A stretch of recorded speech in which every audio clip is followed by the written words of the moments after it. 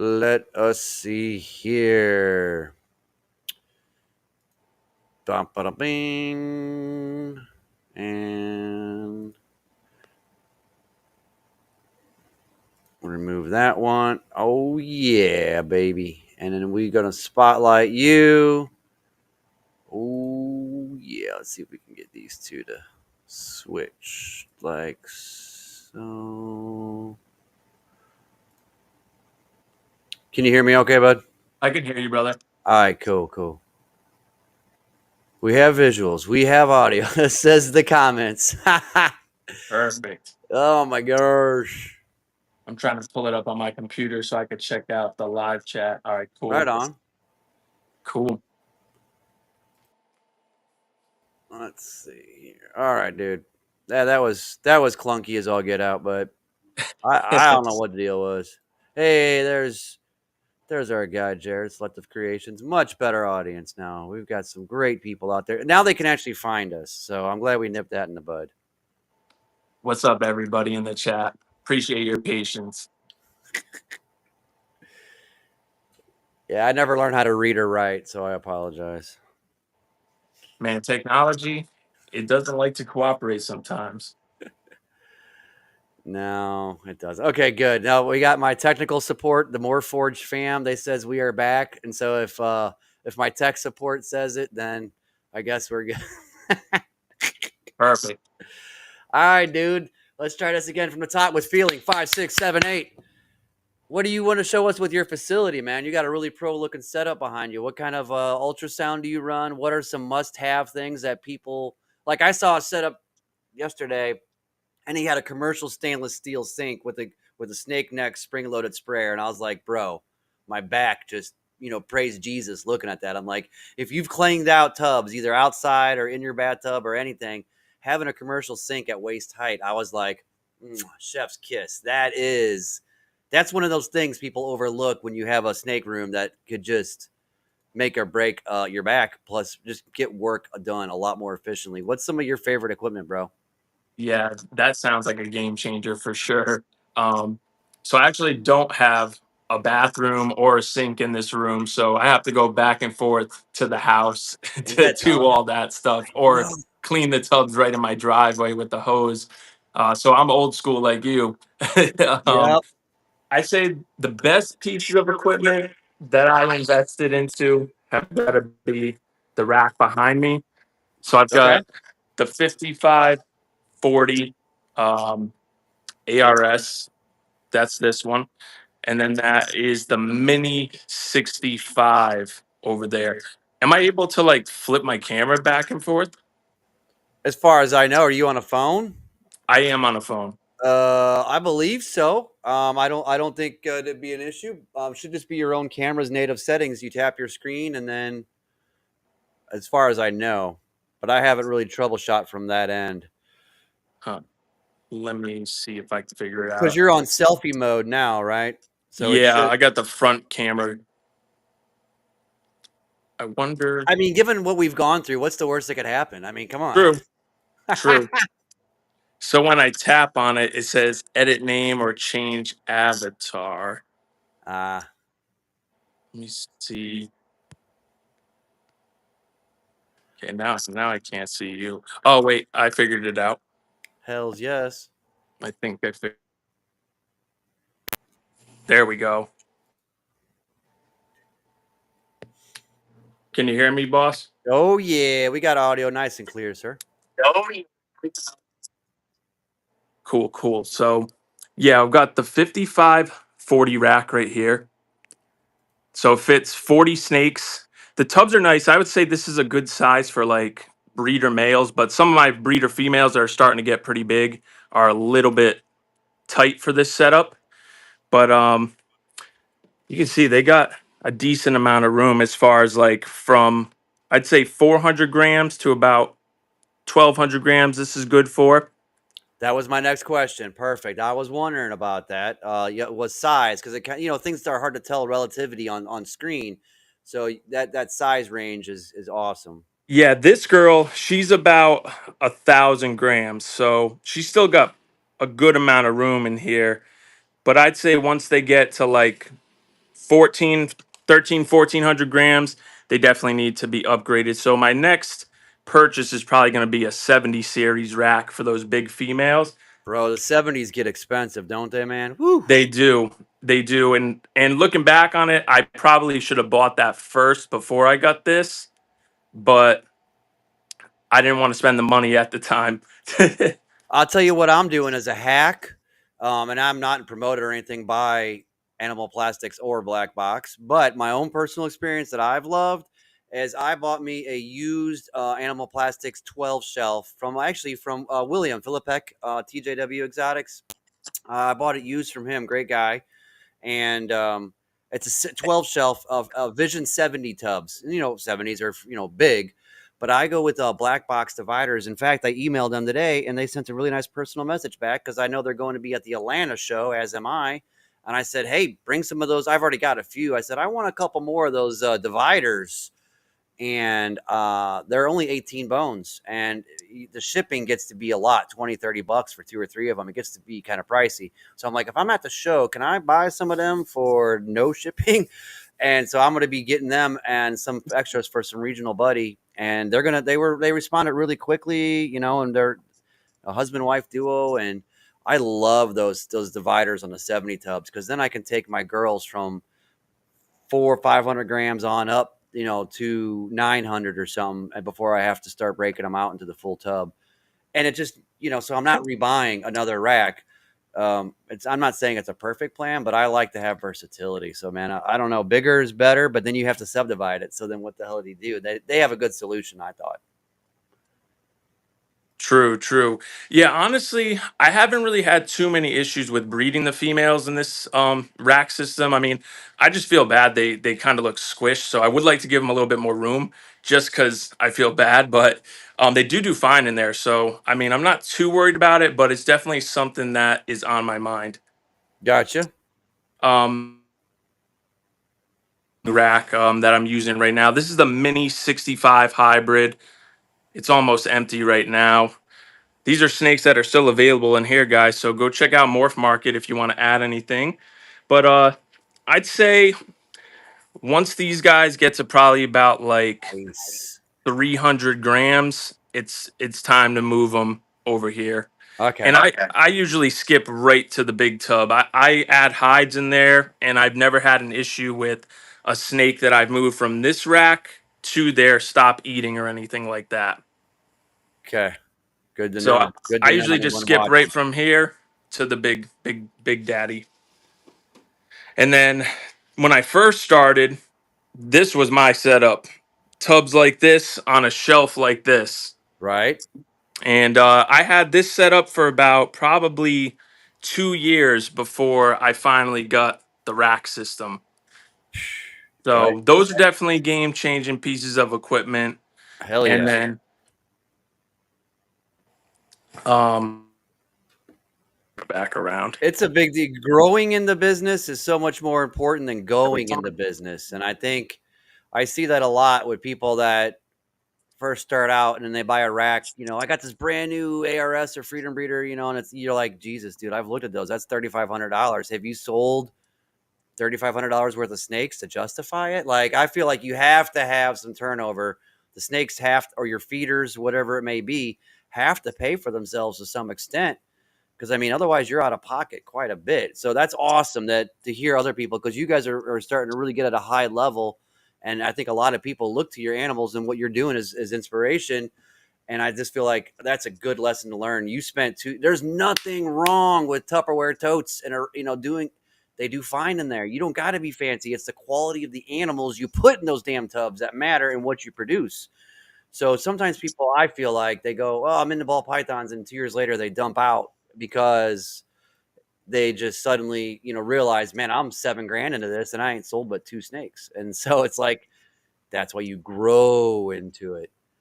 Yeah, I that was kind of me and my Go business basement. partner's idea was why don't we spend the money first on the animals, the high quality animals, and then later we'll spend some money on higher quality equipment. And that's exactly what we did.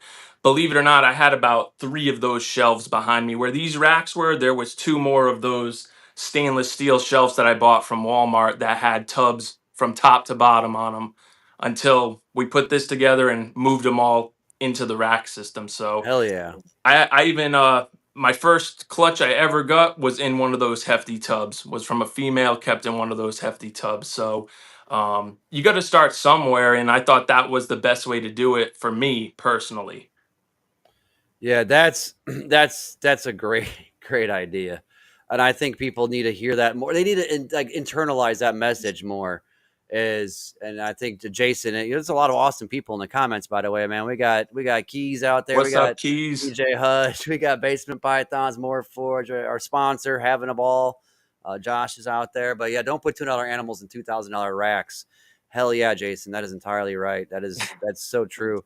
I put $200 animals in $5 tubs. So, I'm trying to keep that ratio relative. I hear you, man. And hey, No, this that's is really cool because I mean, seriously, you guys got 75,000 followers. Your morph market's popping. You're able to do giveaways. You have a Patreon subscription. I mean, there's a lot of things that people aspire to. So to hear that you came up organically and put the work and the time in and your resources in the right stuff, dude, I think a lot of people overlook that and they want to jump to get go. Hey, I'm a professional. I got an LLC and a business card. Well, good for you. Like, you have to grow into it, and I try to remind myself of that. I'm guilty of it too, to an extent. But dude, for you guys to be able to hit where you're at, I mean, and no offense, I looked back at some of your 2021 Instagram posts. You guys have come a hell of a long goddamn way in your animals.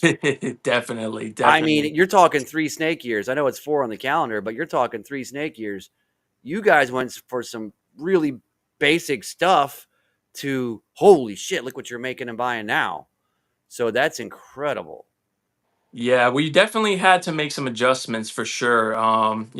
Just like many people that get started, we made tons of mistakes too. The first snake I bought was a male, and it was a spider ball python. But when I Bro, originally I got, bought bananas. I know. I mean, that's what the hook is. That's why we cultivate the business, right? I yep, mean, you just have to realize that people love bells. They love pies. Jason, Basement Python, he loves all white snakes. Oh, by the way, just ask him. hey, But everyone's got their own flavor and their own likes and dislikes. So that's cool. But yeah, when I first got the ball pythons, I wasn't really like thinking about turning it into a business. I've always just had a passion for them as like an animal lover. Like I kept ball pythons when I think I got my first ball python when I was 12 or 13. And I actually have like really old videos on YouTube from when I'm like a teenager with my snakes, all inspired by Brian Barczyk. I religiously watched him growing up and was always inspired by him. And when I went to college, I kind of got out of it. And once I went to graduate school, I went to graduate school down in Florida, and reptiles are obviously huge in Florida. So I got a pet snake, a ball python, the spider ball python, and he's what started it all. I just went down the YouTube rabbit hole, came across like Canova and Ozzy and all those people, and I yep. couldn't believe how many more morphs and whatnot there were now compared to back then. Back then, when I was watching Brian, I think pinstripes were selling for like $2,000 and pastels were selling for like $2,000. If you wanted a pied, I believe a pied at the time was like 25,000. So Dang. I've heard those stories. When Pod came out, they were in the 20s. yeah, it was insane, and I believe the first bell sold for like 100,000, if I'm not Oh my mistaken. God. Yeah, What? yeah.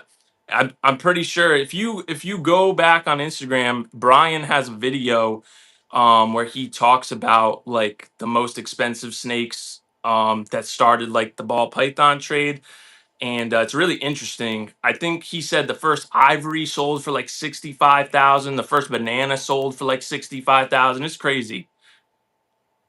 And now those are almost genes that hurt your sales price. That's crazy. It That's is. crazy. Hey, Jared at Selective Creations. I really like that guy. I respect him. I like him a bunch. I love his show. He's got a good question for us here. What Yeah. do you feel is your most active social account? I would definitely say I am most active on Instagram. As far as like answering people and just being on there, I would say Instagram.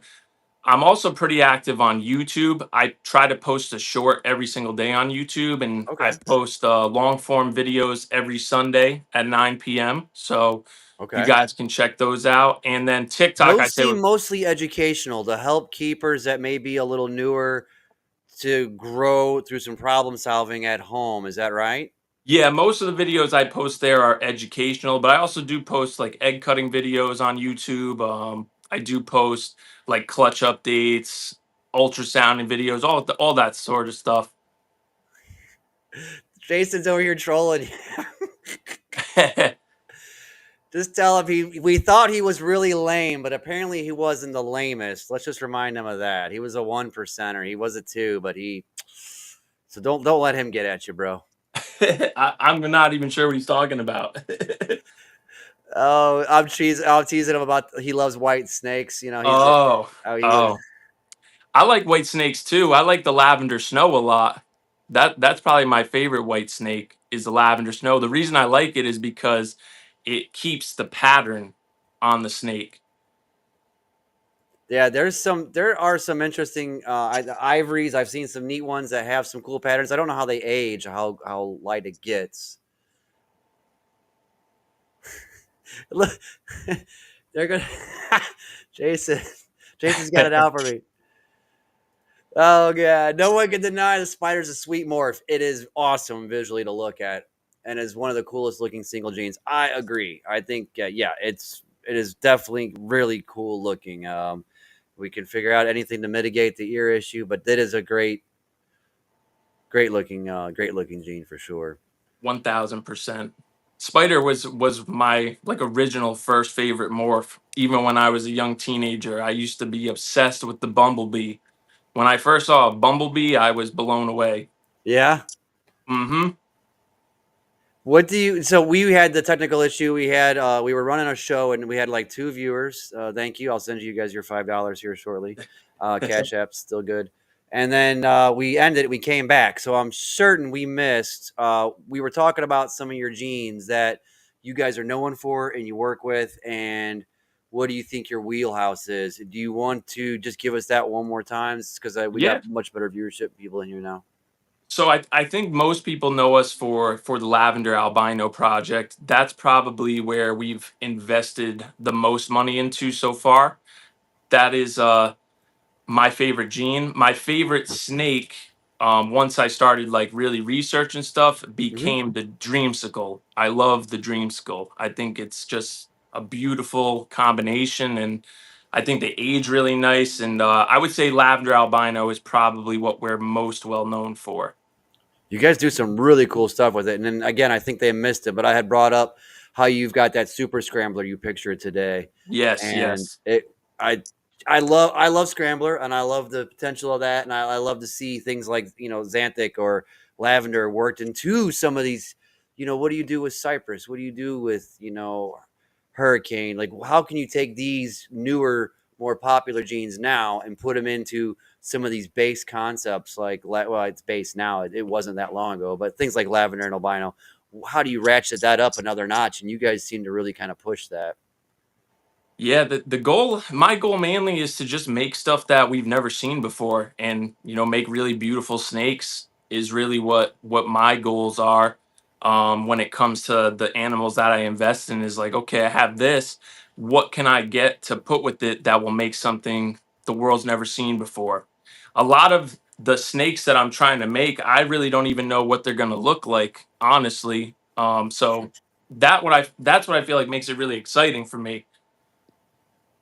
I've heard that from old schoolers. They're like, I don't even ultrasound. I pair based on this time and my experience, and then I don't even know what they're going to look like. I just want to, and that's really a cool, like that's really a pure intention. Like that's really means I feel like it shows your passion and love for it as opposed to rushing. Oh, I'm going to get this next egg cutting and let's yank him out of the yoke and see what we got. Oh, I'm going to start counting dollars as soon as I see its head. I feel like that's a much more tried and true. It shows your love for the game and the Right. animals. Absolutely, absolutely. But we definitely base all of our collection around, recessive projects, Hmm. but the codominant genes are super important in them. Like, I know a lot of people focus on like the triple recessives, making double recessives, but the co-dominants are really what make them look the best. Like I know I said my favorite combination is the Dreamsicle, but I have that first girl I showed you, the Mojave Starburst. Yep. So it's Mojave, Enchi, Leopard Lavender, Albino, and I think she's 10 times more beautiful than a double recessive morph. And it's just those incomplete dominant genes that completely change the appearance of it. So I definitely think the incomplete dominants are important to get into your project for sure. And I've been seeing that from people I respect a lot more in the comments and the various YouTube podcasts I hang out and check out often. People are sleeping on codoms, and that these recessive, the odds are, 1 in 256. The odds are just so slim of hitting, double, triple, and quad, God forbid, quad recessive. Just ask Kyle Hoffman. He's over there pounding his fist against the table with some of these things. He'll have 2 and 3 clutches of it and not hit one animal that he's won. So it's Hmm. really hard to get all the recessives, double recessives to line up. And there is a lot of magic. And I think I was thinking of it wrong when I was thinking of, Kodam. Oh, you mean like an Enchi or a Leopard? Like, okay. But then I wasn't, putting my mind in the modern sense of what Kodoms we're finding and working with now. And it's like, oh, there is so much more to do with Kodam. And so I'm trying to take that input from people that are smarter and more experienced than myself. And I think you're totally spot on. Like some good, the right Kodoms with some interesting recessives. Awesome. I know that's Absolutely. really, really cool. Absolutely. Yeah, I'd say other than the rack system, the other piece of equipment that I would definitely recommend is the ultrasound machine. I really don't even know what model mine is. It's made by a company called Contech. I bought it on Amazon. That's one of the most popular. Yeah, I Yep. bought it right on Amazon and it works fantastic. And it's definitely a game-changing piece of equipment. And believe me, I've tried palpating. I'm a chiropractor and I still can't feel anything in the female. Stop it. So No way. yeah, I just gave up on it. I'm like, you know what? I'm getting an ultrasound machine. No. Yeah, Okay, so the rest of us seriously. that can't palpate for shit, don't we no longer feel bad. We're good. Yeah, I can't We, palpate, guys, and I'm a you licensed hear that, everybody? We're chiropractor. vindicated. We're off the hook because if Yeah, this man lives by his hands and he's palpating troubles, man. Hey, there's your boy Darius rolling through. You see that? Darius. That's my brother right there. He is one of my business partners, Darius. Shout out Yep. to Darius. He definitely he was really the one when I first got started with the ball pythons that pushed me to really start investing into the higher quality stuff. So I got to definitely shout him out. Nice. Yeah, my brother is in the comments too. ML. That's my brother Mike. Same name. You might be familiar, but that's my brother. He's in the comments too. My family checks this out from back home in St. Louis. So Hell yeah, shout out and love to the brothers out there for sure. The real brothers and our brothers from other mothers. We gotta share that absolutely. love. It's kind of wild how the friendships are built. I think some really good ones, man. There's people you hang out with on TikTok or that you just make acquaintances with in comment sections on YouTube or Instagram interactions, and it's like then you meet them at shows and expos. You're like, and then you stay in contact, and then you might trade, stickers, and the next thing you know, they're on your Christmas card list. And how's the baby? How's the wife? And it's so cool how having this common niche community builds real friendships in real life, not just virtual ones online. I love it. Yeah, that is definitely an awesome part about this industry and community, for sure. I've met so many cool people through this, so I definitely dig that part about it too. Do you guys vend? Speaking of expos, do you guys vend shows? Do you guys go and throw down a table? No, we've never actually vended at a show. I think possibly this year I might try to vend for the first time. This will be my third season breeding. So Okay. when we first started out, Jesus we God, you guys grew fast, bro. I mean, that's yeah, and awesome. and the crazy part is we grew everything up from a baby. So like it's been 3 years of growing stuff up and breeding it as it comes up to size, and a lot of our stuff still isn't up to size. I'd say about 70% of it is coming up to size now, but we still have babies we're growing up. And it's just a cycle. It's going to restart again next year once we get our holdbacks, grow them up. So it's Hold on really one been second. a Hold on just a grind. second. Do you guys hear that back there? There's still hope for them, man. Got to give them a little pep talk. You got to get that halftime coach talk to the snakes behind me. So that's awesome to hear they're growing it up like that. Shout out to Yeah, Marines 911. This is his first YouTube live. I got some people starting to come over from TikTok a little bit that weren't YouTube friendly. So man, thanks for coming over and making a switch, brother. You're catching a good one here. Balls of Fury with Mike here. This is a good one. So thanks for making it over, dude. Appreciate you. appreciate you, Marines. So you've been growing up, so from little, getting animals 100, 200 grams and just putting in your time. How fast have you gotten a girl up to breeding size? I'd say on average, the fastest is about 2 years on Okay. average, about 2 years. And sometimes I'll get them up to size in 2 years and they still don't go. So I had one of the first females I ever got. I actually don't have her anymore. I sold her. She was a mystic potion, and I didn't get eggs from her until she was almost 4 years old. So and she was a big girl, big girl. She ended up giving me 10 eggs though in her first clutch, so she definitely gave me a lot About of time eggs. she pay up. But Double clutch that thing. yeah, sometimes they can be of weight and they just don't do anything. So I would say on average about takes me about a year and a half to 2 years to get them up to like that 1,500 range. Is that the spot you shoot for? Do you find 1,200 unsuccessful for you? No, I actually bred the smallest female I bred was about 1250 when I started pairing her. And she actually produced my first ever double recessive combination of my career, which was the lavender axanthic.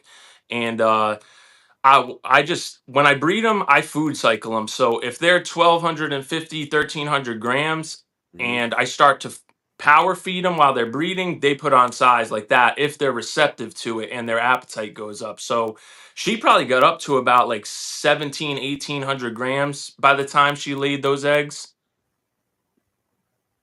Wow, that's incredible. So you're talking dang near 500 grams of growth. Yeah, Okay, what's your food of choice? Oh, what state are you in? I'm in Rhode Island. Oh, Rhode okay. Island. Yes, sir. Oh, yeah, I think we've chatted before. You're familiar with D&Ds, right? D&D Exotics? Yeah, Dee Dee, yep. Yep. Those guys got some heat, bro. I like Yeah. the hell out of their stuff. He's That's he's a cool. That's a tiny monster. state, so I'm sure you guys are within driving distance. You ever get to like hang out with his facility or do any co-projects? I haven't yet. We're actually in talks of me going there to do a facility tour video for YouTube. So we're just trying to figure out the dates to when we're both free, and we're gonna make that happen. But I have met up with him in person to buy a snake and chatted with him a little bit, and Yeah, he's a really Seth, good right? dude. Seth, yeah, he's a really good dude. He's a monster though, man. Like he's got some serious stuff, serious stuff. I know, because I buy his byproduct, and the guy's got. I'm like, what the hell's he holding back? If he's got stuff I'm drooling over, you know? Seriously, he's a really nice guy though, really easy to talk to, and I definitely support him 100%. He's a good dude. That is cool. That is very cool. That'd be a good video. That's a facility tour. I don't think he's not done that before, has he? No, I don't think he's on YouTube or anything like that. He didn't really want to do it at first, but I've kind of been talking him into it, and trying to tell him, look, it'll be good for both of us, and Yeah. he's definitely open to it. But I think we're gonna wait till the weather warms up a little bit. It's freezing up here, so Okay. maybe in the spring, summertime we'll make Sweet. it happen. And Hell he's yeah. a busy guy, and so am I. So trying to coordinate the schedules is what the challenging part is right now. Got a fan, Adrian Barnes, down there. Balls of My fury. guy, what's up, AJ? So you want to take us a little? We got a good viewership rolling. You want to show us some animals? Take us through some of your Yeah, racks, some of your favorite breeders, or who you got pairing, what you got available right now. We got to make sure we're getting you the proper shout out and grow that customer base, dude. I'll give you a minute to flip it around here. yeah, I got you, brother. Take your time. Take your time. Quick shout out to our show sponsor, Josh, Having a Ball Pythons. Appreciate your support, Josh. Be sure to check out his Morph Market. I believe he's got some red stripe clown stuff available right now. So if you want to be a sponsor, let me know. Appreciate you, Josh. Big time. We lost his camera. Now you have to look at me. Oh, man. He'll be back in. There he goes. Oh, there he goes. Up, speaker connected. And Oh, we lost him. Maybe it's that Rhode Island internet, guys. What do you think? He told. There, he's back. Oh, he's coming back. There he is. Boom. Can He's you see back, me? baby. Yeah, I can hear you now. Cool, cool. It's all right. It dropped out a second. We're getting to be old hat at this stuff, so it's no big deal now. No worries, guys. All right, yeah, let's I'll show you guys a female that's gravid actually right now. So you've been enjoying the contact ultrasound then from Amazon. So that's been I okay. That's have been a good been. unit for you. It's been fantastic. Look at her. She glows.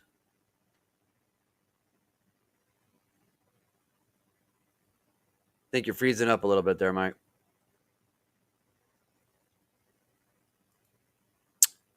Think he's freezing on us. He said it was cold up there. We got Danielle in the comments down there. Oh, John at Moorforge. We're gonna have to talk. What have you got me into, John?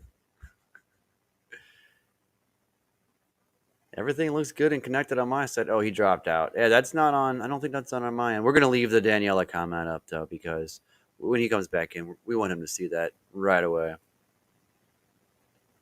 So, what do you guys got in the comments for questions for Mike? We'll get him back up here in a second. What do you guys want to know about his genes? I hope some of you have visited his Instagram page. If you're not following him, definitely give him a follow on Instagram. Check out his stuff there. Hilarious videos, probably most of the time. Let's see here if he's popping back in. There you are.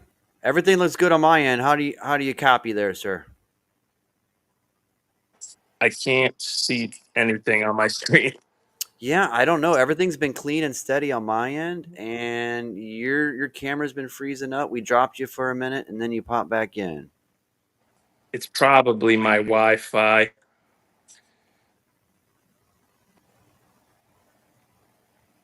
Hey, we left a comment on the screen for you. You got a Daniela down there. Happy to see you on the show.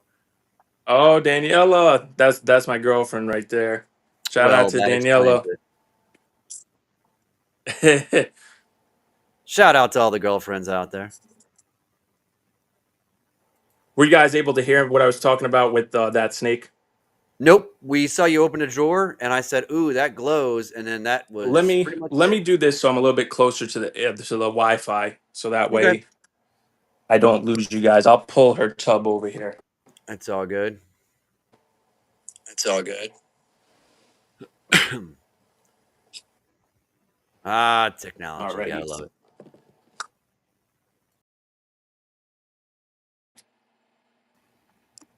We still good, or You you were can see freezing me? a little bit there.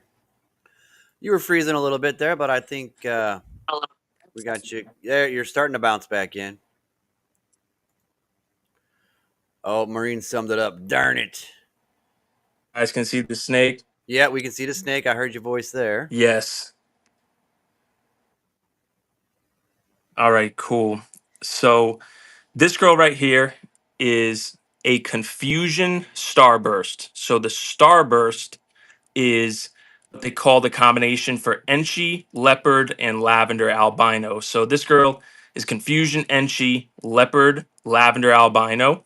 She's actually gravid right now, and the male that I bred her to is a pastel, super Enchi, super asphalt, lavender albino. So the goal here is to make a confusion asphalt, super Enchi, leopard lavender albino. So confusion asphalt, super starburst. And in 2 years from now, when I'm able to hopefully breed the siblings back together or breed some of the babies back to the dad, I can go for the super asphalt version. And this girl is beautiful. I cannot wait to see what her babies are going to look like. Your audio is clear as can be. Your camera is dang frozen on from when you first pulled that drawer out. I Oh don't know. no. Yeah, and we're hearing you. We're Turn my following you. camera off and then turn it back on. Oh, that's better. We good now? You look live now. Yep, You look live now. We're good now? Yep. All right. You guys heard all that audio? We did. Yeah, I did. Nice and clear. Cool. So yeah, that's the goal with her. She's gravid right now. As you guys can see, she is super, super swollen right now. She's been nesting, so really excited to see what she's gonna do. And then I know someone just said something about the Hayabusa lab. Yeah. Let's What's your let's plans check on him that? out. We can come over here and check him out. So this right here, oh nope, that's not the Hayabusa lab. I There he asked the is. comments. I asked the commenters for questions, and we got some real good ones here while we were waiting on the camera reset. Skinny jeans or boot cut? What what's your monthly hair gel budget? Boxers or briefs? Those are pretty good, guys. I appreciate it. That's in the same vein of naughty business. I do appreciate that. Don't let me Sheesh, down. you guys don't want to know what my hair gel bill is. It's high. And if I go with boot cut or skinny jeans, I don't know what boot cuts are. That sounds like a country thing. I'm not too familiar with that, so I'm gonna go with the skinny jeans. But yeah, here's my guy Turbo. He's the Hayabusa Lav, so Super Hurricane Lav, and look at how crazy Super Hurricane makes this. It's just awesome. Now my plan with him is I want to put the Hurricane into the Lavender Clown project. I feel like the Hurricane might be able to help that, and it might be able to add some pattern to that snake. And I've got a Lavender Clown right next to him that we could show you guys. And I'm trying to combine these two together. And she's Fire Lavender Clown. Man. And yeah, that Super Hurricane is just insane. And believe it or not, this guy, he came all the way from Germany. Shout out to my guy, Hans Winter. He is actually the Yeah. founder of the Hurricane gene. So this guy comes from the original Hurricane stock. And he is Man. awesome. So yeah, I want to put him into the Grail for sure. I Right? definitely want to work it into the Starburst project as well. The Starburst project is probably my favorite project when it comes to lavender. So Enchi Leopard Lab is the base of that, but I want to make all different variations of it. Like I want to add Hurricane to it, Blackhead to it, like all different types of variations. Scrambler, of course. I know you've been asking about the Scrambler, so we'll show her as well.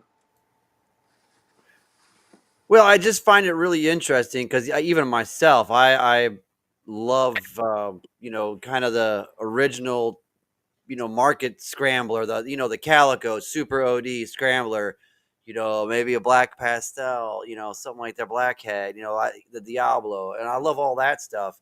Ed does her ghost is always a winner. But I just, you're doing something different with Scrambler that I don't see in the market. So I found it really intriguing because even myself, I'm caught up in kind of that original, maybe not original is the right word, traditional Scrambler kind of a look. And so I just thought it was kind of cool that you're doing something different. Absolutely, and I got to see El Diablo in person at Daytona. I actually have a video on my Instagram page of Chris showing it to us at Daytona and explaining the combination. Shout out to Chris Hernan, but it's a Yep. beautiful snake. And Scrambler, it's honestly going to be a game changing gene. It's such a great color enhancing gene and pattern altering gene. And I'll kind of tell you guys why I wanted to get it, not only in the lavender albino but specifically in the pied. And I'll show you guys in a second. Let me just put my phone down so I don't lose reception over there. I'm Okay. gonna put her back and pull out the Super Scrambler girl. All right.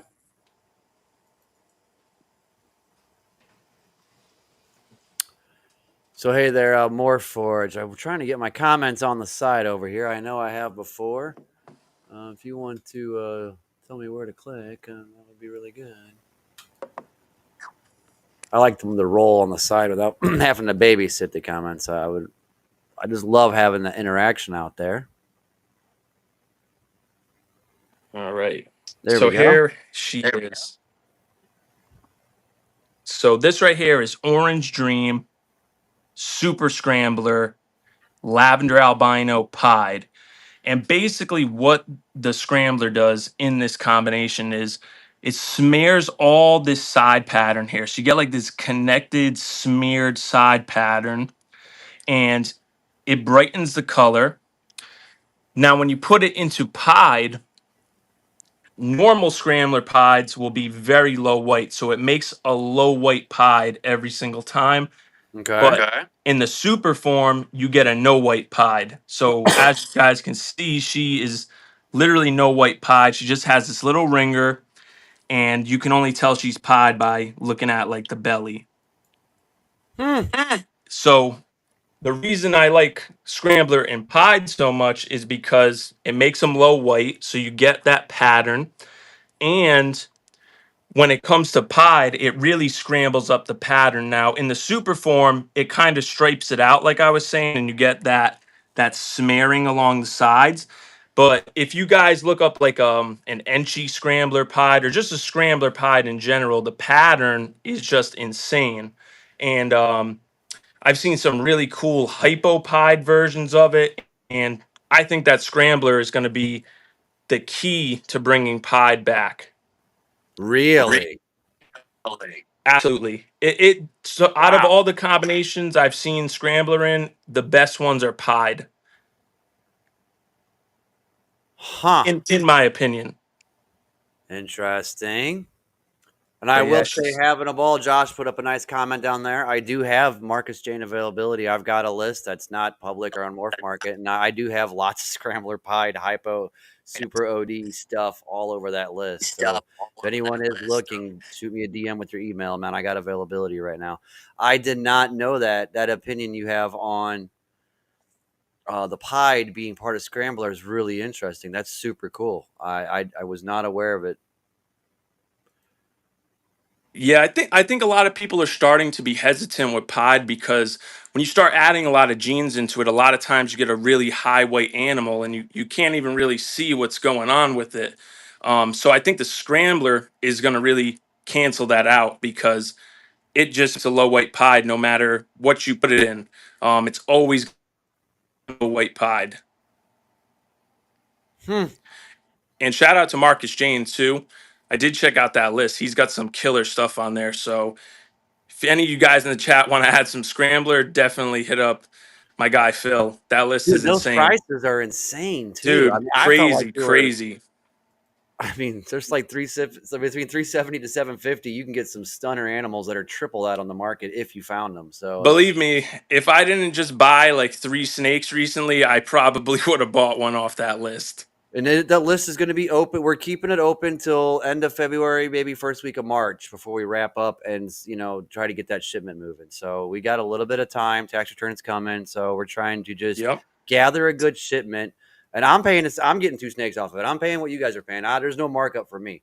It is he set those MSRPs, and we're not going to step on his toes, God forbid. So those prices are set by him. There's no markup for me, and so the better we can all do as one big order, the cheaper shipping into the country becomes because. You spend 400 to ship one animal. That's insane unless it's really, really expensive. But if you do that over 20, 30 animals, it makes it a lot more reasonable. So that's the concept. Absolutely. And this the Scrambler Super Scrambler Dream Skull I just showed you guys, she came from Canada as well. She came from Isotope Exotics. So shout out to him. Mm-hmm. Shout out to Kaylon. He's working a lot of really cool Scrambler stuff up in Canada. And I believe he got his original Scrambler stuff from Marcus Jane. So really cool. Awesome dude. And this snake is one of the best quality snakes I've gotten this far. That's awesome. Some of those guys, I mean, Royal Canadian, DPR, some of the new guard coming out of there, and of course Billy of Mutation Creation and Marcus Jane. There's some really awesome ball python producers, north of the border that they might have less population than the U.S., but damn, they make it count. They have some fire up there that they develop. Yeah, they do. I've gotten quite a Still there? few snakes from Canada. I've Really? gotten the male that actually I was telling you guys about the paddle. asphalt lavender that I bred to the Confusion Starburst was from Billy, and I believe he is the founder of the asphalt gene, if I'm not mistaken. So I got that male from him. I also got a male from J. Piles Clown male up in Canada, and then also from Isotope. So the Right on. Canadians, they're doing great. I don't know what it is, but yeah, they've got some freaking heat. You know, I feel like They do. there's a revolutionary stuff that comes out of there that kind of changes the market from time to time. You know, there's gorilla. That's another one, right? And Yeah, from cantaloupe, DPR, I believe. cantaloupe as Mm-hmm. well. There's a few genes that they've brought to the map in recent years. Absolutely. Well, I'll show you guys a non-lavender snake since we've been showing mostly Yeah, you lavender teased us in albinos. some of your ads. Are you team light or team dark? Which is a tough question. Um, let's see what comment. What do you guys in the chat have to say? Team light, team dark, and why so? I know you've got some of both, which is awesome. You definitely got to have variety. The nice thing about lavender albino is that the dark genes work really well in it. Yeah. But I'm going to show you guys a dark snake right here, so you Your guys can see camera, both dude, sides. your audio has still been great. Your camera's been frozen for quite a minute with your mug. I Let don't know me. why. Is that better? Am I moving now? Yep, now you're animated again. There you are. I might just have to keep like turning it on and off. That's crazy. I'm sorry, man. No worries, brother. It's probably my Wi-Fi, honestly. All right, you guys can see this. That comment, Josh. Thank you. Thank you for contributing to the naughty business. My camera's good. Yeah, so far, yep. It's a little laggy, but it ain't frozen. So thank God, we're good. Cool. So this is my guy Megatron here. Megatron is a black pastel, blackhead, leopard, chocolate clown, and he's double het for hypo and desert ghost. And I love this interaction. I just love how blackhead, black pastel, and leopard like chained all the pattern along the sides. I love how chocolatey it is. And the cool thing about this dude is that blackhead and chocolate are allelic. So whatever I breed this guy to, everything will either be blackheads or chocolates at the bare minimum. He can't produce a normal snake. Hmm. I like, and I don't want to say confuse it or make myself look stupid, but it looks like lace, and not lace the gene and ball python world, but like the edge of a lace doily on your grandma's end table. That side, that lateral pattern looks like a doily pattern. Like it's Yeah, it's really crazy. interesting. Yeah, it's a really cool interaction. I got this boy from Miguel at Always Evolving Python, so shout out to Oh, him. And yeah, he's gonna be the cornerstone of my hypo DG clown project for sure. nice, nice. Yeah, and that's my main project in my ball pythons is the Desert Ghost VPI Clown Hypo with a handful of other genes in my girls, but that is definitely a really strong male. Like you could go a lot of directions. Hopefully, Yeah, you he can keep him in business. You know, for at least three. What are you thinking? 3 to 5 different females for him? Yeah, I've got quite a few clown females wrapped up, lined up for him, and then I'm actually starting to build more of my DG project because that was my weakest project. I didn't have that many animals in the DG project, so we're building that up for him. I'd also like to get some maybe DG Krypton stuff to put to him because I really like the Krypton stuff as well.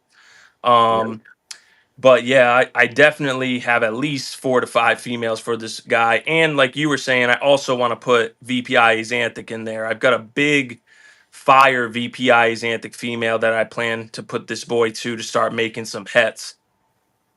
Hell yeah. And he's not quite ready yet. He's almost on the cusp. So he's about 500 grams right now, but I popped him and his hemipenes are just super small still. So I'll probably wait till next year to start breeding him. Man, you got to put his business out there like that, dude. Damn, Mike. Hey, Shit. we got to keep it real out here, right? Ah, I love it. Well, maybe that will mature a little faster. Shame him into growth.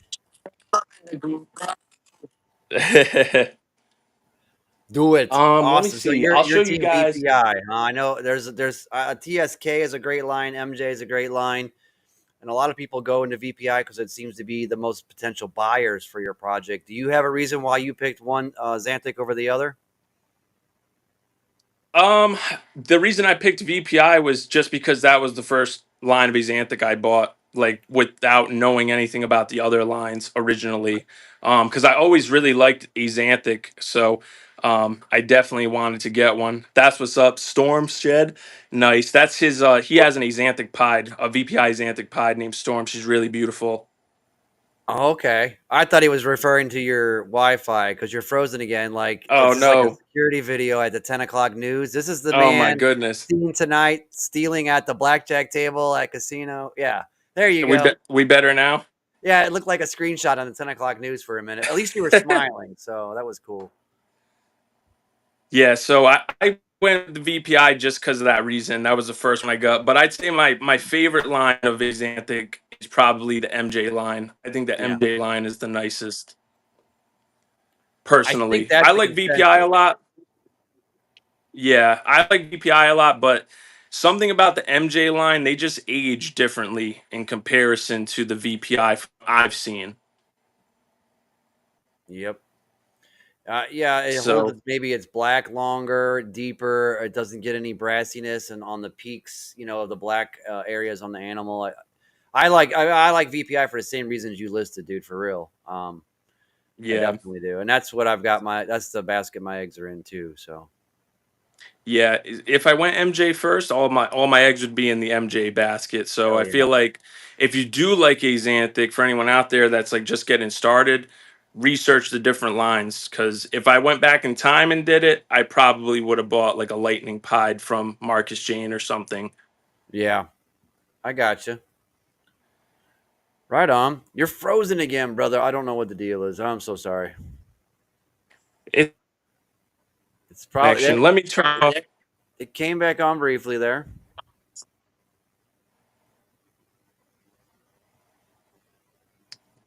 There's it's trying the camera swapperoo. There you We go. good now?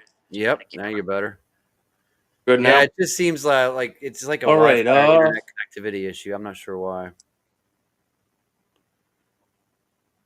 I'm not gonna. It's Yeah, probably me. I usually get pretty bad service in here. yeah. When you guys make your videos, some of I'll them show are you guys really an funny. Xanthic combo. Oh yeah, yeah. Tell me about your videos. How do you guys come up with the comedy on some of those? I know you do educational ones and they'll speak for themselves, but some of your funny ones, I love it. Like my wife tells me to stop buying snakes, and you're like, nope, nope, nope, nope. I felt like that got a lot of traction. When you guys, do you sit with your brother and your business partners? I mean, how do you guys come up with something funny that starts to really be catchy? What do you guys? How It's do a you little vet bit that? of both. It's a little bit of both. Sometimes it's just like spitballing ideas back and forth with like my friends or my brother or whoever really that likes snakes. But a lot of the time, the inspiration comes from just like audios that I'll hear on Instagram. Just like some of the audios that are on there, and it'll spark me to think of something funny I can use it for, or something that other people in the industry or hobby can relate to. And I find that those videos usually do the best. Now I wish the educational videos would do better because I feel like people can learn stuff from that. But it seems to me like the funny videos are what usually do the best. I would think so. Yeah, I would agree. I mean, I don't see the analytics or watch the total views, but I feel like I feel like your funny ones get put in front of my face more, so the algorithm must Yeah, be selecting they things. definitely pick them up more. Um, What I will say too is like today, I posted a reel of like these two snakes that I just took a video of at a reptile expo, and I found an audio of like this woman just yelling at some guy arguing with her, and I just threw a caption up there that said POV watching drama unfold at a reptile expo, and it went absolutely crazy today on Did it? Instagram. It was funny. I did see that one earlier today. Yeah. So like it's just sometimes like I'll be scrolling on Instagram and I'll come across like a funny audio and I'll just try to figure out a way that I can relate it to the snakes. That's cool. How you liking TikTok? You guys you've been on there a minute, and you probably had just some natural growth because of name recognition. What do you find? I know you've been doing some lives over there, man. How are you liking it? What do you find are the difficulties or any or similarities to Instagram, or are there any for you? Um, you know what? Honestly, I gotta do more like searching on TikTok because I literally only go on TikTok to post stuff and then I just exit out of the app. I don't even really browse on it or anything. So I definitely need to do that more to kind of get a better understanding of the app and like the content on there. But so far, I like doing the lives. I've definitely met a lot of cool people on the lives so far. Absolutely. And I definitely want to start having like some guests on, so you're not always just seeing me. Kind of like what you were doing when you were on TikTok with your shows. Maybe Hmm. not like so similar, but just maybe get some different faces on there and check out different animals that I don't have. So I definitely want to do that in the future with TikTok Live. And then as far as like posting videos, I pretty much just post whatever reel I'm gonna post on Instagram that day on the TikTok. Yep. So um I do to some extent, and I used to go TikTok heavy for obvious reasons first, and then that saves it back to my phone, and I would just dupe it over to Instagram, and it was good. It was good for some traction, but then I just kind of got the sense for maybe I'm wrong, but I just got that Instagram was more of a serious platform. People are looking for better photography. They're looking for still photos, the quick flash cut, cap cut type feed doesn't mm, really get as much traction on Instagram as it does naturally on TikTok.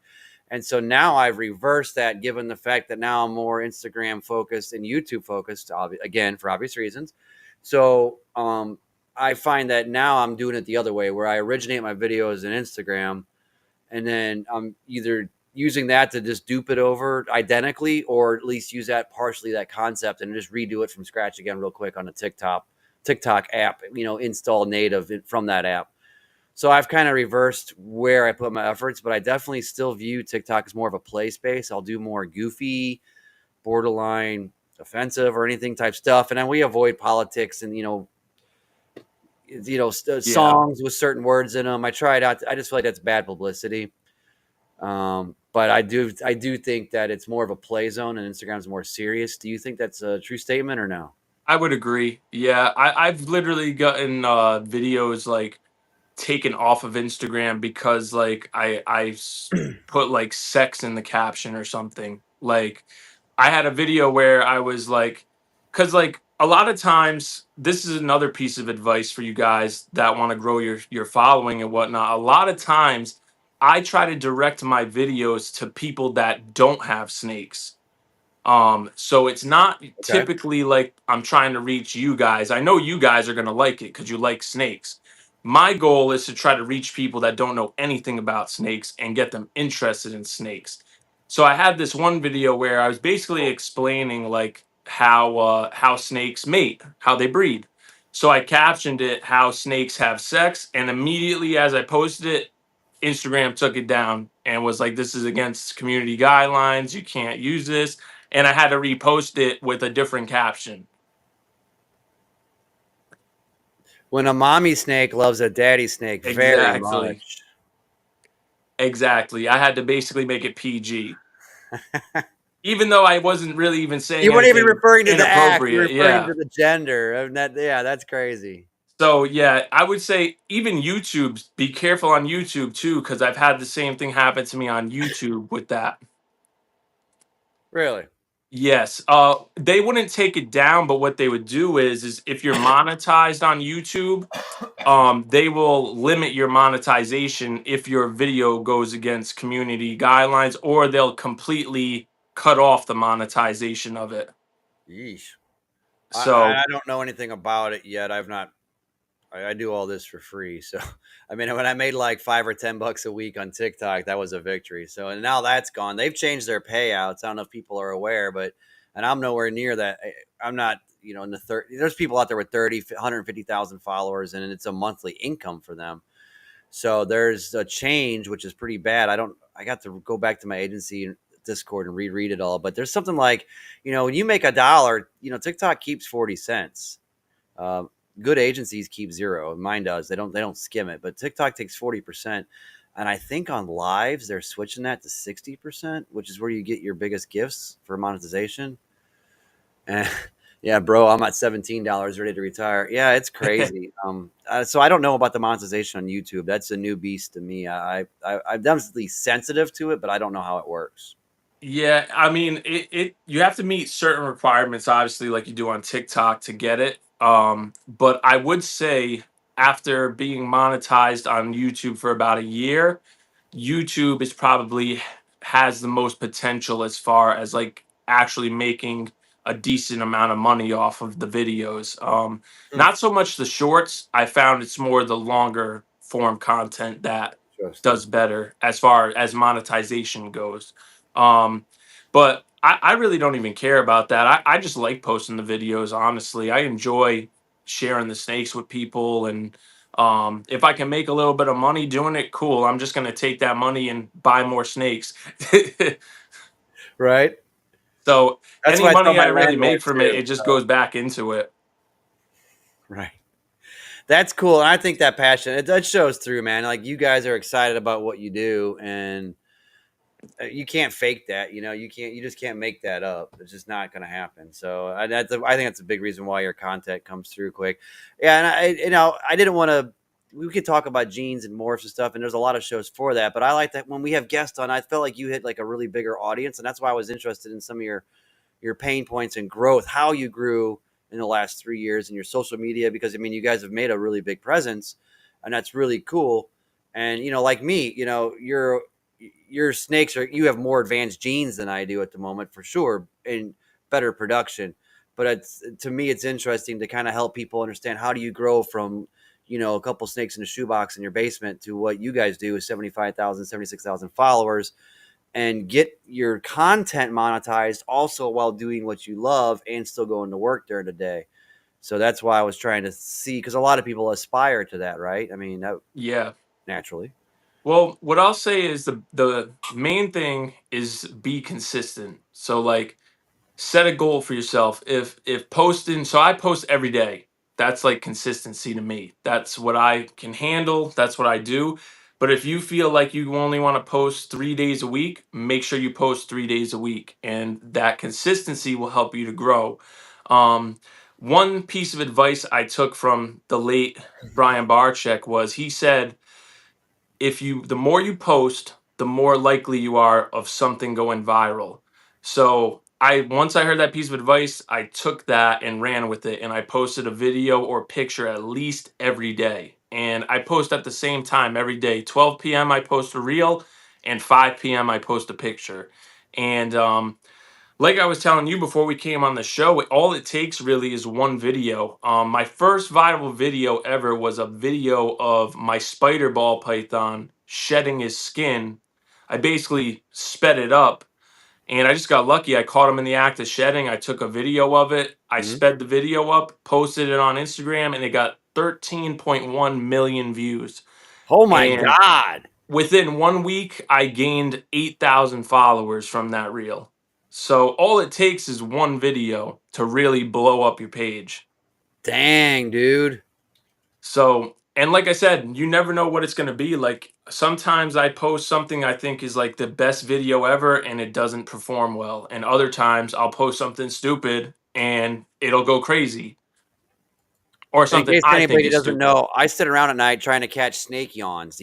Snake yawn Oh, videos. yeah. Those do well for you, right? The best time to do that is when they finish eating. I got so many videos of those. I perfected the art of taking a snake yawning video. That's awesome. Yeah, that's fun. Isn't it funny? Like it's the snake shedding or something that we just take for as daily occurrence. Like we're like, okay, well, glad it shed in one piece. Hooray, hurrah. But to catch it in action, how you get 13 million views on that, dude. Crazy, crazy. And also, guys, when you're on Instagram, you can see what audios are trending, and that will help you too to push your content to more people. If you go into the page where you can edit the reels, if you click on the music icon, it'll pull up all the songs. And if next to the song's name it has a little like diagonal arrow, that means the song is trending. And that means they're pushing that audio to more people. So if you use that audio, they're going to share your reel or your picture or whatever more so on the explore page. Hmm. So that's another tip for Instagram as well, is try to use like a trending audio. And a lot of times they're regular songs. Like if you guys like certain artists, look up that artist and you can see which one of their songs is trending and you can use it on your video. Hmm. That's cool. And I would say this, dude. It was probably your fault, not mine. Was that I got the highest views on my promos I did for you this week. One of them hit 2,500 plays, which I'll break 1,000 sometimes, but it isn't like every day. And then your other ones hit 1,000 and 1,500. One of them hit 1,000 really quick within like 12 hours. It hit 1,000 views plus, and I was like, damn. And it's That's probably due to awesome. your following, not like I said anything magical I did, but it was just interesting. And then one of them hit over 2.5K. So that That's was awesome. that was pretty cool. Yeah, the promo got a lot of reach this week. Yours specifically, better than any of them that I had done up to this date. So Well, I will say too, like when you build a following and you build a fan base, they rock with you. Like I know a lot of people are nervous to put themselves out there because of haters, and like I get a ton of hateful comments all the time. I really, just I just freaking delete them and block them. I got like over 300 accounts blocked on my Instagram page, and a lot of times if it's like a really stupid comment, I'll leave it there, and people who follow me or are fans of us will literally go and fight the dude like in yeah, the you just have to comments. sit It's back and crazy. watch the riffraff take care of itself. It's crazy. So what I would say too is don't worry about what people are gonna say. People always have something to say, and you just gotta have that tunnel vision and not let that stuff bother you. So that's what they made a block button for, and I use it when I need to. Believe me. Ha! And it's usually like someone who doesn't know anything about snakes that leaves the comment like that. Yeah. And I think another thing for people is like, I know I was guilty, but when I first started making my YouTube videos, some tutorial stuff, you're so self conscious. You're so like, oh God, my voice sounds terrible when I record it. And you know what? It probably does, but it doesn't matter because the thing Right. is, when you put it on video and go do it, you're already got bigger cojones than 90%, 80% of the people out there in the world. So the 80, 90% of those people that wouldn't freaking consider getting on a camera or a mic, they're going to throw stones. Just tell them, yeah, good luck. You try. If I'm so terrible, how much better are you? Let's see how good you are then. And I just kind of Exactly. took that and internalized it and just keep doing it. You get better. You get more fluid on screen. You start to just get past like, oh man, I got a zit here, and buck teeth, and I sound terrible. Own it, lean into it, make fun of it, have fun with it. And when you come across genuine and just do your social media and your YouTube stuff, it's easy to be self-conscious. But when you realize 80, 90% of the people out here couldn't freaking do what you're doing, you just start to care a lot less because then you Exactly. realize you're doing something people then they do look up to it a little bit. And I should get a t-shirt for the shows that says I heart haters. I know it's cliche, but damn. Absolutely. Absolutely. I mean, honestly, if I see like a hateful comment, so YouTube's a little bit more challenging because you can't just block them on YouTube. You can only like remove the comment. So what I do instead on YouTube is I usually just reply to them and say, thanks for the engagement on my content. I Yeah, appreciate it. That's usually my response to them. But if you're just yourself, the right people will gravitate towards you and support you. So just be yourself and enjoy making the content. It's not so much like being so formal or whatever. Be comfortable doing it. Sometimes I'll just turn the camera on and I'll talk for like an hour and I'll pick out the parts that I liked, and whatever parts I don't like, I'll just trash them. yeah, Mostly for YouTube. definitely for YouTube. YouTube takes so much more editing and Yeah, finesse, I feel like, than that. YouTube is a different beast. It is. It takes a lot more of a careful eye and good recording. All right, homie, we're coming up on 90 minutes. Anything else you want to tell someone that's trying to grow into your shoes? I think that was kind of where I was going tonight, more than just to wear you out about your jeans and stuff and crack all your secret codes. I really wanted to get some eye candy on there and kind of hear how you guys have developed and just kind of use that as inspiration. Because ball python folks, there's a lot of them we can have on the show. So we try to draw something out of them that might be not the common topic. So I hope it wasn't terribly boring for you. But if there's I anything enjoyed else it. you want to tell people, man, to help springboard, what do you think? I thoroughly enjoyed our conversation. And what I would say to anybody out there in this, and you have goals to grow and get bigger or whatever your goals are, is stick to your goals, believe in yourself, because if you don't believe in yourself, else is going to believe in you? And that's the main thing. Never give up. It takes money to do this stuff. So, um, you know, stay within your means, be consistent, and believe in yourself. Self belief will get you the farthest in life, believe me. Really? All right. Absolutely. When I first told people I was starting a snake breeding business, they laughed at me. And now when I see those same people, I show them how much I've grown since then, and I laugh at them. Right? So I enjoy when people don't believe in me. I take it as like fuel to prove them wrong. That's just my personality. But I would say believe in yourself, definitely. Stay consistent, and do what you love. If you don't have the passion for it, it's gonna make it a lot harder for you to grow. And my main passion is the snakes, and social media is just my avenue to share it with everybody. Yep. It's Because the new part of branding. I feel like it used to be because I started in reptiles, bro. Like I'm old. Like I started in '93. As a teenager with like a room full of them, and then I worked at a reptile shop and in the St. Louis Zoo and as a keeper. And I just it was so cloak and dagger back then. You never got to meet the breeder. The breeders were these secret people that only cool people that knew them could get animals from. And now social media has really leveled that playing field where breeders are so much more not only reachable but accountable for how they treat people. You have to be as good of a people person as you are a snake person nowadays. You can't just be rude and be like, oh, your stuff is so good at the table at the show. They're going to buy it or they don't. You don't care to talk to them. No, because there's 20 other people doing the same damn thing with the same damn snakes. And it's not necessarily that yours is the cheapest or the most expensive or one way or the other. You got to be a people person. You got to build your brand. And you're definitely doing that with your social media. And I think it comes across. I can't wait to see you event some shows, dude. Are you going? Let's see. You're in Rhode Island. I'm Anything trying to go to you're Tinley gonna this go year, to? not to Ven, but to go to Tinley and see it. I've never been to Tinley, so Are you that's going in the on. fall or are you going in March? I'm gonna plan to go in October, in Me the too. fall. I'm In trying. the fall. Yeah. Um, Normally I go to Daytona every year, but this year I want to switch it up and go to Tinley. Okay. Yep. And I have been doing sponsorships for 6 week promo runs, just to travel expense to get there, not any kind of profit, but just to cover it, to then go pimp that person in 6 weeks of promos and then hand out any literature or coupons or whatever they want at the shows and do lots of video content. I've got the Herp and Harbins have sponsored me to go to Daytona. So I'm going to Daytona this year. Heck yeah, Rich of Python Antics in New Mexico is sponsoring the Memphis South Haven Repticon, and I'm definitely looking. I want to go to the show, the Reptile and Plant Expo in Nashville, and Tinley, Chicago is on my radar, and Dallas is a must.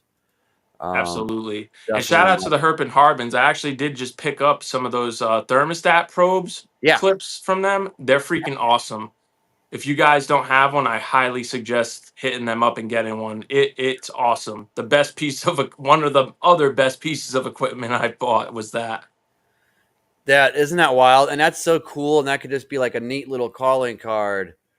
I think for them to have a product, not just animals, and it puts it everyone that has a metal rack is could use one and need one, and so you have an instant Absolutely. market base to sell to. And I, It's I had really the a great idea. pleasure of meeting Tom Harbin while he was still with us, and he's Yeah, an amazing person. He actually is in my Daytona video. He let us interview him, and he showed us some awesome Monarch stuff. So definitely miss him, and he's an amazing person. So shout out to them and the whole family. Yeah, I'm definitely cool with them. I've hung out with them in Dallas. They've been on the show before. And it was a really great episode, and we stay in contact. They've been a big supporter. They're one of the people I throw up in my thank you video that I like to run on here as a donut because they've just been really, and given their background and the way they admire the legacy from where they came from, what they're trying to do. They're very transparent with what they do and don't do. They're just super nice, down to earth people. So shout out to the Herp and Harbins. Yeah, They're they're definitely good awesome. folks. And shout out to Bash Coder. I seen him in here. Oh yeah, He's a great example of somebody that just bees themselves on the camera. I really enjoy his videos and reels on Instagram, and he's definitely an inspiration to me as well when I come to the camera and want to, perform in front of it. And I think if you guys just take bits and pieces from different people and try to fit that into what you like and what you want to do, that will help you too. definitely take the good stuff and put it in your toolbox. Yep. And see, shout out to Craig. Absolutely. He is an awesome guy. I talk with him all the time. We've got some big projects we're working on. We're super excited. And I'm trying to step up my game. I probably don't have that golden voice like he does. I'm He's sure got a mine's nice more voice. nasally, He's got a but I'm in a really nice dark room. voice. I got the lights. I got my microphone unidirectional, right at me. So I'm trying to bash code my game a little bit. I hope I did the man proud. I'm trying. Now you're doing great, man. But shout out to him. I do really like his videos, and they're awesome. He does what he likes, and he bees himself. That's what I like about them. Absolutely. Absolutely. All right, dude. Well, I appreciate you so much. I know you're going on 9 o'clock there on the East Coast time zone. Some other people came to your Wi-Fi's defense in here and said, yeah, that's high winds and terrible weather up there from Yeah, central mid-state New York and near Boston land. we So some got other hit with people are, snow today, yeah, wow. so yeah, my Wi-Fi is usually bad though. It's because I'm far away in this room. I'm Oh, sorry dude. about that. Don't be. Hell, I had some weird. Just the tech thing didn't line up at the first get go, so it ain't no thing. We fought through it, and I think we still had an awesome time hanging out. I really appreciate it, and man, I hope I get to see you at Tinley in October. That is on my wish list to go. Still looking for a travel sponsor, but I'm definitely trying to get up there. I love networking and meeting people in person. It means the world, I think, in this game when you can shake hands and take pictures and put faces to profile pics, dude. It's awesome. Absolutely, absolutely. I hope I get the chance to meet you there as well. That'd be cool. Hells yes, dude. Keep doing what you're doing. You're an inspiration to a lot of people, man. It's so cool to see you come up so fast, so big. So Thank you. keep us in the loop with them cool videos, man. I know you will. I definitely will. I definitely will, and I appreciate you having me on the show tonight. Thank you. Man, my pleasure. Thank you, Mike. Have a great night, brother. You're welcome. Have Thank a you. good one, you guys. All right, everybody. Hope you guys had a great night tonight. Shout out to Mike. That was a great episode. That guy, he's cool. It's really neat to see him come up so fast. It really definitely inspiration, at least to me, to see that happen and so fast. Before we hang out of here, there's another great big show tonight. Check out Mike on Herp Collectors Network here on YouTube. He's got Bob Vu and some guy named Justin. I don't know. I think he's new to ball pythons. Justin K. So I don't know. He's on there. Definitely check him out. That's a really cool podcast. I think it's happening now in process, perhaps. Check him out. Hop over. That is definitely a brother network right there. Herp Collectors, along with Whiskey Bomb Network, More Forge. Definitely be checking them out. So go by and hop off of this one, hop on that one. Shout out to our sponsor. I definitely want to say what's up one more time to Josh at Having a Ball Pythons. He's got Red Stripe Clown available right now. He's got a lot more in the works in the RK line asphalt, Hypo Clown, and Ultramel. So check him out, please. He is definitely much appreciated here at the Naughty Business Crew. And we will definitely want to give our shouts out there. We are to the Herp and Harbins one time. They are great to us. Jen, TJ Hutch in the comments. Dredd and his wife, he couldn't be here tonight. There's Craig. Man, look at all these people we thank, and they're already here. Mills in the comments tonight. Reptile Pit. More Forge John, absolutely. And of course, Nikki. She was here in the comments tonight, and Kurt. We got Keys, the Whiskey Bomb Network, and Micah Herp Collectors. Definitely want to say what's up to those guys, and thanks for all their love and support and helping me out as we get through this. Thanks, Marines, for coming through the YouTube for your first YouTube show. YouTube is a giant rabbit hole of education, brother. So definitely check it out. And thank you guys. Appreciate everyone, says Mike from backstage. Thanks again, everybody. Hope you have a great night. Thanks, Eric. Thanks, Rhonda, for coming through. Big love. Thanks for coming over from TikTok. My TikTok people following us over. You guys are the rock stars. Have a great night. And we'll see you next week. We're going to be Monday. I am on TikTok Live with NSKZ Nate. I'm going to be on a TikTok Live interview Monday night. And then Wednesday, I am on Morph Forge. No Remorph, 8:15 Central. The Forge fam. We're not going to be doing a show with Naughty Business next week because that's 2 shows in a week I'm on. And then I'm going to Atlanta on the weekend of Valentine's. And I will be getting interviewed with the Whiskey Bomb Network and Micah Herb Collectors. And I'll also be visiting with Craig of Bashcoder. Big announcements. You want to check us out. So no Naughty Business next week, but I'm going to be on YouTube 4 times. You're going to be sick of seeing me. So just hang in there. Try to take your Tums and antacids and come check me out. We'll be around. We're going to see you guys real soon. You guys are awesome. We'll see you guys soon. Peace.